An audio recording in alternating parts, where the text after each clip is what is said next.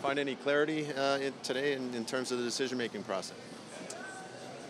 Well, you always learn something every time you play, and we're going to sit down as a group and look at the back end. Obviously, we're solidified in the goaltending position. We'll look at that 6, 7, and even take it to 8 roster spots on the blue line. Figure out who we want there, and then up front, I think there's some guys that are making it clearer that they're ready to play. And now it's a battle for ice time within the team. Who's going to play with who? Penalty kill, power play. I thought our penalty kill was a lot better tonight than it was the other night. So still competition, and by no means is camp over.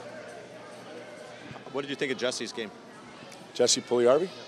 I thought he played better tonight than he did back in Edmonton, which was a real good sign for him and for us. He was dangerous. He created plays for not only himself but for his teammates, and those are all positive signs moving forward. You say you like the penalty kill, Todd. How much more did you like from what you saw tonight as opposed to what we saw on Monday night? Well, I just like the penalty kill better. Like it was flat out better. We didn't need to do it 7 times tonight, though, which was nice. But we were a little better with our sticks. We used our legs more. We skated more. We were a little more involved in the game. They're a good opponent, and they make you work for every inch on the ice. And 5-on-3, we killed that off. I thought LB had a big part in that as well. So the overall unit, the way we rolled guys out, I was pleased with it.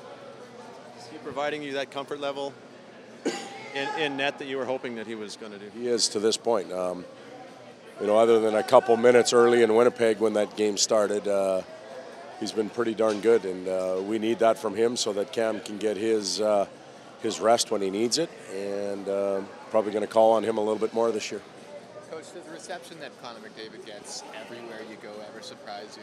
No, it doesn't. He's earned that right. The people respect him for the player that he is and the performance that he puts on night in and night out. So it would have been easy for him to go through the motions and take the night off, but that's not the type of player he is. Every time he puts the gear on, he wants to lead his team. He wants to get better as a player. And he's a good example for all of our players, and I'm sure for a lot of the young players that are in the building here tonight in Saskatoon.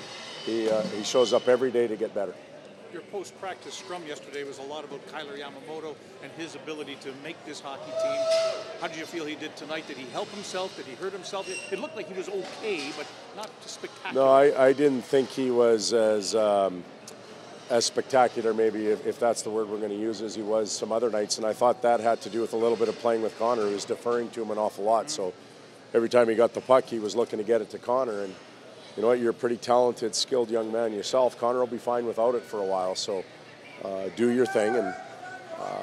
But he's been a tremendous find throughout training camp, and probably deserves the right to continue on. Showing the kind of hunger you would like to see from a young guy who just inked a big contract.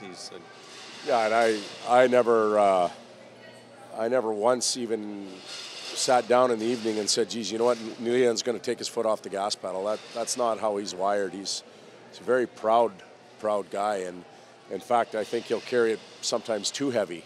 If it's not going well, I think it'll wear on him a little bit, and we'll have to help him through those moments. But he showed up and he's played hard. We challenged him a little bit one night. He got a little sloppy defensively, and he's responded well since then.